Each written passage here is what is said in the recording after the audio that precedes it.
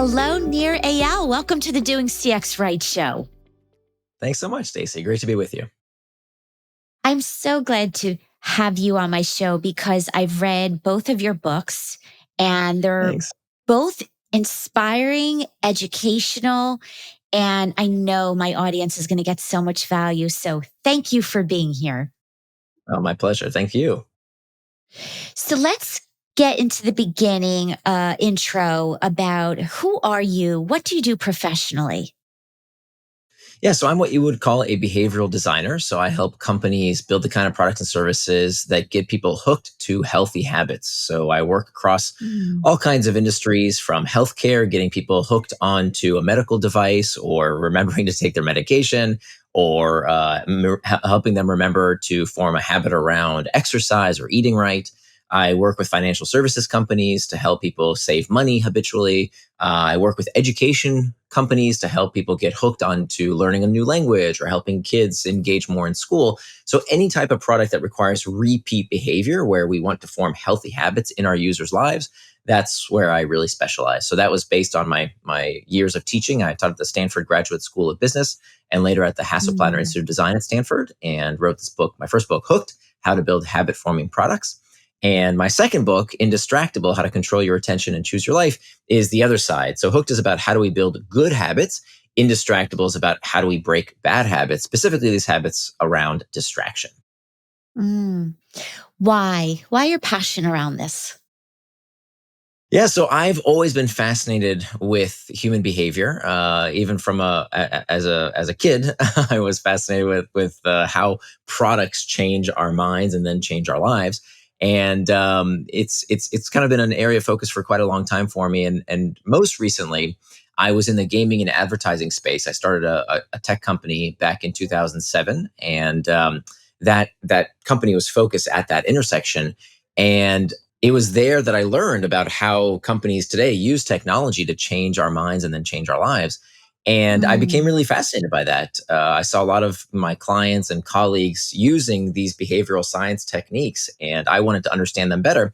And I wanted to kind of codify them so that other people could use the same tactics that companies like Facebook and Amazon and YouTube and WhatsApp and Slack and Snapchat, if we could use those same psychological tricks, if you will, not just for frivolity, but for healthy behavior change, I thought that would be an amazing thing to do. And so I wanted to learn these tactics myself. And so I looked around for a book on how to do that, and I couldn't find one. There was no such book. And so I Mm. decided to start writing it myself, just for me, right? That I wanted to learn these tactics and start another company based on these tactics. But then the more I started blogging and writing, and then that turned into this class that I taught at Stanford, other people turned out were very interested in what as well. And so that became kind of what I do professionally now. I love that story. And I'm also intrigued that you were in the gaming industry because talk about habits. Hmm. Um, that's addicting. Well, that's a loaded word. And so Okay. addiction, it comes up quite a bit. And I would argue it's actually not that addicting, because addiction is never that simple, right? It's kind of this word we toss around a lot. But addiction, remember, is a pathology. The definition of addiction is a persistent compulsive dependency on a behavior or substance that harms the user. We would never want to harm our users, right? That's sadistic. Mm. So we never want to intentionally addict anyone. That is unethical. What we want to Mhm. do is to habituate them, right? What is a habit? A habit is simply an impulse to do a behavior with little or no conscious thought. And about half of what we do every single day is done out of habit. So we have good habits as well as bad habits. And so I think we can use the tactics of, whether it's gaming or social media or all kinds of other products that get people hooked, we can use that same psychology for good, not to addict people, Mm. not never to harm. Remember, addiction is always something that indicates a level of harm. We would never want to do that to our users and customers. Instead, what we want to do is to get them hooked to healthy habits. And it's through the amazing power of these technologies that I really do believe we can get people hooked for good. Mm. What's a fun fact that people may not know about you? A fun fact. Well, it's not fun, but it's probably relevant and interesting to my story is that I used to be clinically obese. Today, at almost 45 years old, I'm in the best shape of my life. I've never been in better shape, but that only came about once I really started understanding human behavior. And I mentioned earlier that I've been fascinated by human behavior since I was a child. And that's because I was clinically obese starting out as a child. And I'm not just talking about overweight. I mean, I was taken to, the doctor at an early age. And I remember the doctor looking at the chart and saying, okay, here's this chart on the wall, and telling my mom, look, here's normal weight. Here's overweight. Here's you, right? Here's your kid. Your son is over here in this red category of obese. And that really did shape my fascination with this topic, because I remember feeling like food controlled me. And Mm. at first, I remember blaming the food, blaming the food companies for doing all these evil things to me. And there is some grain of truth to that. I think that there is a lot of deceptive practices in the food industry, a lot of subsidies, a lot of chicanery that really does hurt the consumer, and should be regulated away. But really, that's the margins. The real source of the problem was that I didn't understand my own relationship with food. That I wasn't eating because I was hungry. I was eating because I was lonely. I was eating because I was bored. I was eating because I felt so much shame and guilt about how much I had just eaten. And Mm. coming through all that, there's a common thread in that. I think today there's a very similar relationship with distraction. That we say video games are addicting us. We say that social media is hijacking our brains, that it's stealing our focus. And these are very disempowering terms. And to be honest, it wasn't until I started understanding my role in shaping my behavior that I could do something about it. And it's not easy. Nobody's going to do it for you. And it was a very hard journey. I still struggle till this very day.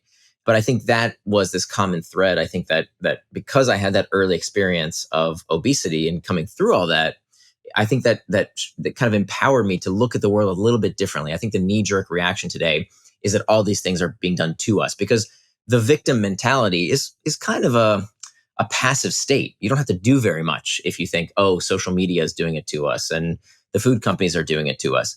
But of course, we do have a very large role to play. And so my job is to show folks how they can empower themselves in some very simple ways, frankly. It's much easier to do things yourself than it is to wait for these tech companies or the geniuses in Washington to fix the problem. So, would you say that you were hooked on food and you figured out the psychology to reverse it so that to be hooked on healthy, more positive ways, the same principle? So when we look at how do we get people hooked to our products in a healthy way, right? How do we get people hooked to exercising more or saving money or being more productive at work? How do we create healthy habits with the products and services that people use, that we make? Hmm. Or how do we break the bad habits that we have in our own Mm. lives that we sometimes distract us from living the kind of life we want? At the core of both of those directions is understanding that all human behavior is done for one reason and one reason only. And this to me is kind of an earth-shattering realization in that the traditional paradigm that what we do is about the pursuit of pleasure and the avoidance of pain, right? This has been around Yeah. for a very, very long time. Jeremy Bentham talked about this. Sigmund Freud called it the pleasure principle. This idea that, carrots and sticks, we've all heard about carrots and sticks. Turns out that neurologically speaking, this is not true. This is not why people are motivated. People are not motivated by carrots and sticks. People are motivated on a neurological basis by just one thing, that all human behavior is spurred by a desire to escape discomfort. That's it. That's it. Everything you do is about modulating your mood, is to feel something different. Every product you use, every click, every transaction, everything you and your customer does, you do for one reason, and that is to escape discomfort. And Hmm. once you realize that, that unlocks a way of not only controlling your own time and attention and behavior, but also designing products and services that can help people modulate their mood in a healthy way. That, in fact, even the pursuit of pleasure, right, wanting to feel good, is psychologically destabilizing, right? Hmm. Craving, desire, wanting, lusting. These Yeah. things actually, biologically, when you look into the brain as this is happening, it's engaging areas of the brain that make us feel bad. That the way the brain Mm. gets us to act is by making this discomfort, this craving for the pleasurable sensation. But the underlying root cause is the discomfort. So what does this mean? Well, if all human behavior is spurred by a desire to escape discomfort, that must therefore mean that time management is pain management. I would go further and say weight management is pain management. Money management is pain management. All of these things, if all human behavior is spurred by a desire to escape discomfort, that means that everything we do is about managing our discomfort. And once you learn that, once you know this cardinal principle, you realize it's just a feeling, right? That if you can engineer, if you can design a product to help the customer deal with an uncomfortable sensation in a healthy way, or you can design practices in your own life to deal with uncomfortable emotions in a healthy way as opposed to a harmful way, you're truly in control of your attention and your time and your life. So you said a lot about feelings and sentiments. So now we live in a world of robots and artificial intelligence and all these things that are non-human. So what's your view on how we coexist? I think the same way we always have as a species, right? No matter what the scary sounding new technology is, what we've always done for the past 200,000 years as a species is that whenever there is change in our life, we do two things. We adapt and we adopt. We adapt to these new changes by changing our own behavior, right? So we develop norms and manners around how we should behave. And I think we're seeing that today, right? I remember when I started teaching at Stanford, at every time that I would have a class, half my students would be on their phones. Today, believe it or not, that doesn't happen that much anymore. People are starting to learn norms and manners Mm, around using their phones, right? That especially mm, younger people, older people are still catching up. When I give a yeah, seminar at a company, it's never the young folks that are on their phones. It's the boss that wants to show everybody, look how important I am. Look, I'm checking email all the time. They haven't gotten the message that, you know what, using your device in a social setting is actually really rude, right? yeah, And so yeah, we update our norms, our manners. That's the first thing we do. We adapt, and then we adopt. We adopt new technologies to fix the bad aspects of the last generation of technologies. And so that's what you see happening today, right? A few years ago, oh my God, Facebook is melting everybody's brain. The social dilemma tells us that it's hijacking our attention. Facebook is awful. Guess what? I don't know anybody under 30 that uses Facebook anymore, right? They've yeah, moved on to TikTok or Instagram, and I know Instagram yes, is owned by Facebook, yes, but it's a I would argue, much healthier, cleaner version. People got sick of all the politics and the advertising and the nonsense. And so they looked for a better solution.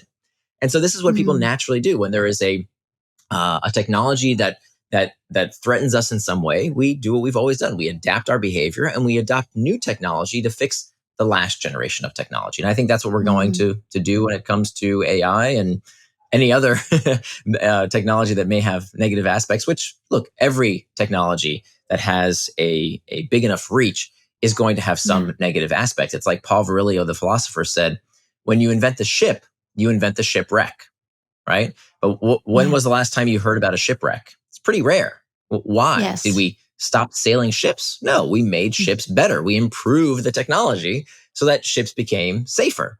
And so that's of course what mhm, we do. And so that's why I do the work that I do is I want to inspire people to get into this industry, right? We need more smart people to get into this industry and build products that solve the last generation products problems. yeah. What are some actionable tips from your hook model?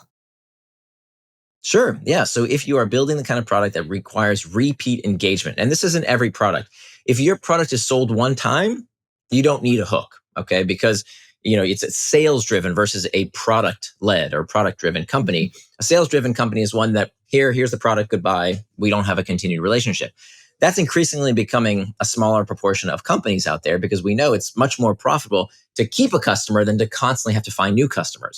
So you have to have some kind of competitive moat, whether it's intellectual property, whether it's a brand, whether it's some kind of some economies of scale, or a habit. A habit can be a huge competitive advantage. So if you are building the kind of mm, product that you need people to come back to, so enterprise software is a great example. SaaS products. If people don't use the product, they're going to churn out. They're not going to keep paying.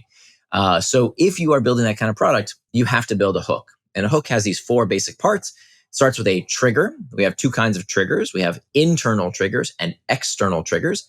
External triggers are the pings, the dings, the rings, all these things in our outside environment that tell us what to do. So every habit forming product starts with an external trigger and then moves people to associate the product's use with an internal trigger. That internal trigger is what we talked about earlier. That's that uncomfortable emotional state: boredom, Mm-hmm. loneliness, fatigue, uncertainty, anxiety. The goal of a habit forming product is to attach its use to that uncomfortable sensation. And if you can't articulate that uncomfortable sensation, if you don't know what is that internal trigger that your product is addressing, you're just getting lucky, right? I meet with so many product teams that can tell me all the amazing whiz bang features of their product. But when I ask them, what's the psychological itch? What's the human need here on a emotional basis? They can't tell me. And those are the companies that tend to fail. So you have to tell me, Mm. what is the emotional trigger that your product will attach itself to? That's the internal trigger. Then the next phase of the hook model is the action phase, the simplest behavior done in anticipation of a reward. The simplest thing the user can do to get relief from that discomfort. The reward is where the itch is scratched, is where we give the user what they came for. And it's not just giving them what they want, it's also having a bit of mystery, what we call a variable reward or an intermittent reinforcement, some kind of uncertainty around what they might find when they engage with a product. And then finally, Mm. there's the investment phase, which is probably the most overlooked of the 4 steps. This is where the user puts something into the product to make it better with use. I call this stored value. And this is really a hallmark of habit forming products, that unlike things in the physical world, your car, your couch, your clothing, these things depreciate, right? They lose value. Habit forming products do the opposite. They don't depreciate, they appreciate. They should get better and better the more that we use them, because of this concept of stored value. So that through successive cycles through the hook model, this is where Mm. our tastes are formed and where these habits take hold. Mm. What a great summary. And of That's now course, in your book, that's a very high level 30,000-foot view. Of yes, course, I'm giving you the 10-second summary of a 250-page book, but that's essentially the model that then we go into a lot more depth on how do you actually build that. exactly. That's what I was going to say. That is a great summary, and of course, all the details are in the chapters. You talk about indistractable, and which I think every human being, every leader needs, because you can't lead a team if you're distracted. You can't deliver a great customer experience if you're not focused and intentional. Talk to Mhm. me about, how do you be distracted and focused, especially as you said before, everything's dinging and these things that are luring our attention. Yeah, absolutely. So it starts with, what is distraction? What is it really? It's one of these words that I think people think they understand, but they really don't. I certainly didn't when I first started this line of research. If you had asked me what is the opposite of distraction, I would have told you the opposite of distraction is focus, right? I don't want to be distracted. I want to be focused, but that's not actually Yeah. true. The opposite of distraction is not focus. The opposite of distraction is traction, right? We have traction and distraction. Both words come from the same Latin root, trahare, which means to pull. And they both end in the same 6 letters, ACTION, that spells action, reminding us that distraction is not something that happens to us, but rather it is an action that we ourselves take. So traction, by definition, is any action that pulls you towards what you said you were going to do, things that you do with intent, things that move you closer to your values and help you become the kind of person you want to become. Those are acts of traction. The opposite is distraction. Distraction is any action that pulls you further away from what you said you were going to do, further away from your goals, further away from becoming the kind of person you want to become. So this is much more than semantics. This is really important, because I would argue that any action can be traction or distraction based on one word. And that one word is intent. Okay. As Dorothy Parker said, the time you plan to waste is not wasted time. So I would argue that what many people do is that they moralize and they medicalize perfectly normal behavior. There's nothing wrong with watching a movie on Netflix. There's nothing wrong with going on social media. There's nothing wrong with enjoying your time and doing whatever you want with it. Why is watching the World Cup soccer match somehow morally superior than playing a video game? There's no difference, right? They're both Right. equally, quote unquote, potentially addictive if you overdo them, but they can also be acts of traction. So if you put time in your schedule and say, hey, this is my social media time, or this is my TV time, or whatever it is, do it, enjoy it, have fun, stop moralizing and medicalizing these behaviors and plan ahead. Do them on your schedule, not Mm. somebody else's, certainly not the tech companies. Now, conversely, just as any action can be an act of traction, any action can be an act of distraction if it's not what you plan to do with your time and attention. Let me give you a perfect example. For years, I would come into work and I would say, okay, I'm going to work on that big project. Nothing's going to get in my way. I'm not going to do anything but working on that big project. That's what I've been delaying on. I've been procrastinating on it. Here I go. I'm going to get started right now. But first, let me check some email, right? Let me scroll that Slack channel real quick. Or let me just do some of the things, some of the items on my to-do list that are easy to do just to get some momentum going, just to get started. Those are all work-related tasks, right? Right? I'm being Yes. productive. What I didn't realize is that is the most dangerous form of distraction. The distraction that tricks you into prioritizing the easy and the urgent at the expense of the hard and important work you have to do to move your life and career forward.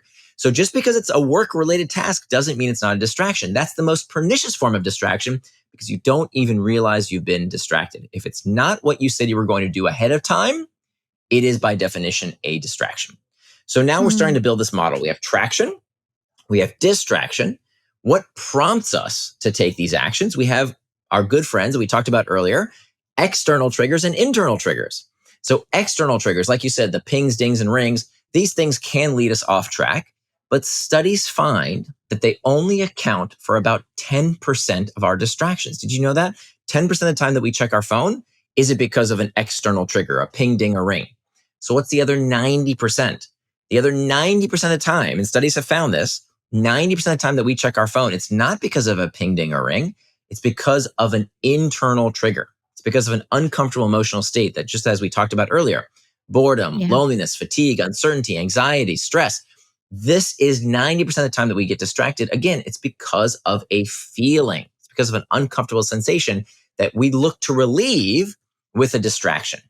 So now we have our model. First step is to master those internal triggers or they will become your master. If you don't have a toolkit ready to go, that whenever you feel bored, lonesome, indecisive, stressed, if you don't know what you're going to do with that sensation, I promise you, you're going to find a way to get distracted.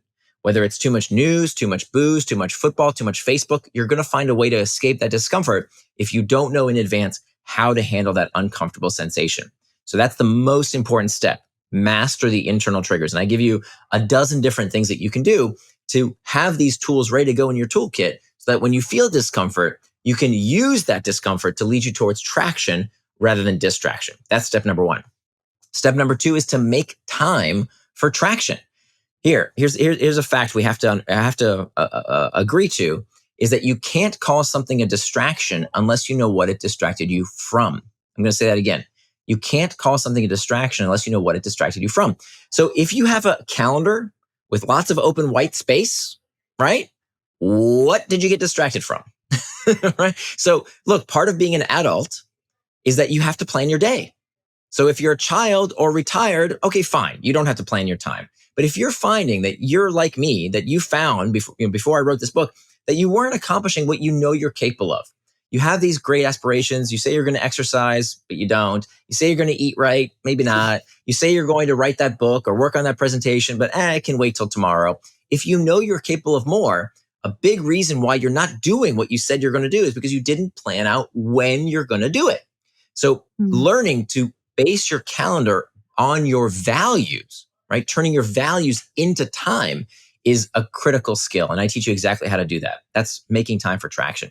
Step number Yeah. three is hacking back the external triggers. This is kind of the easy, fun chapter where I teach you exactly how do you make your phone indistractable? How do you make your computer indistractable? You can do it in less than 10 minutes. Very, very easy to do.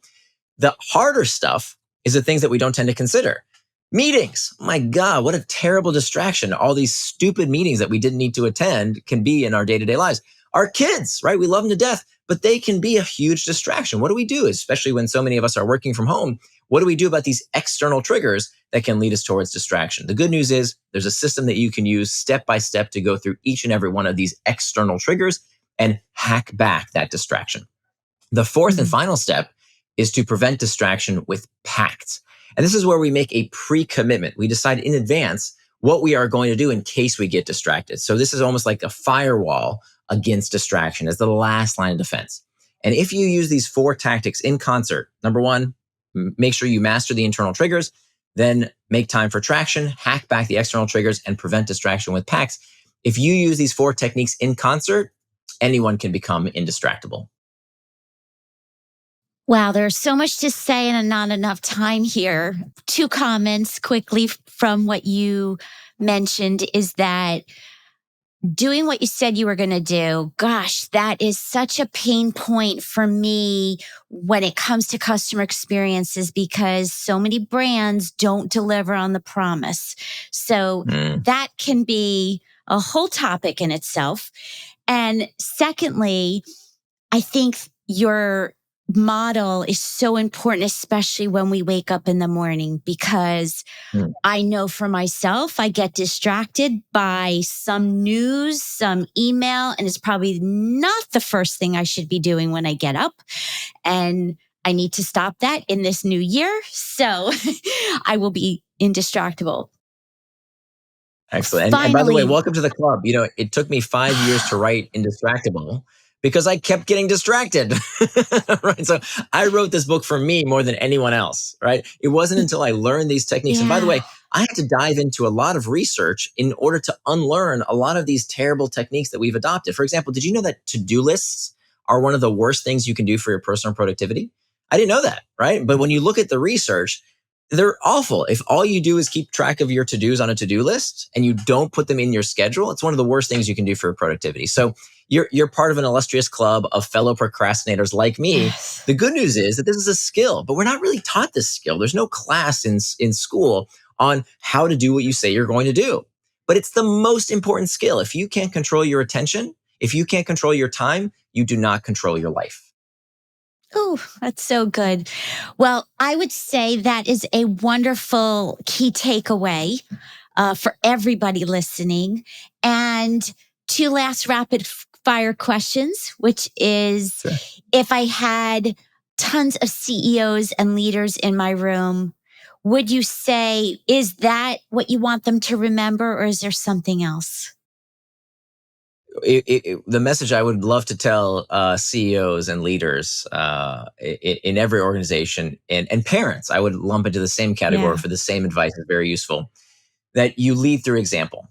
And listen, I Hmm. do so many webinars and workshops and keynotes for people who are desperate. They call me in, they pay me a lot of money to teach them how to help my employees become indistractable.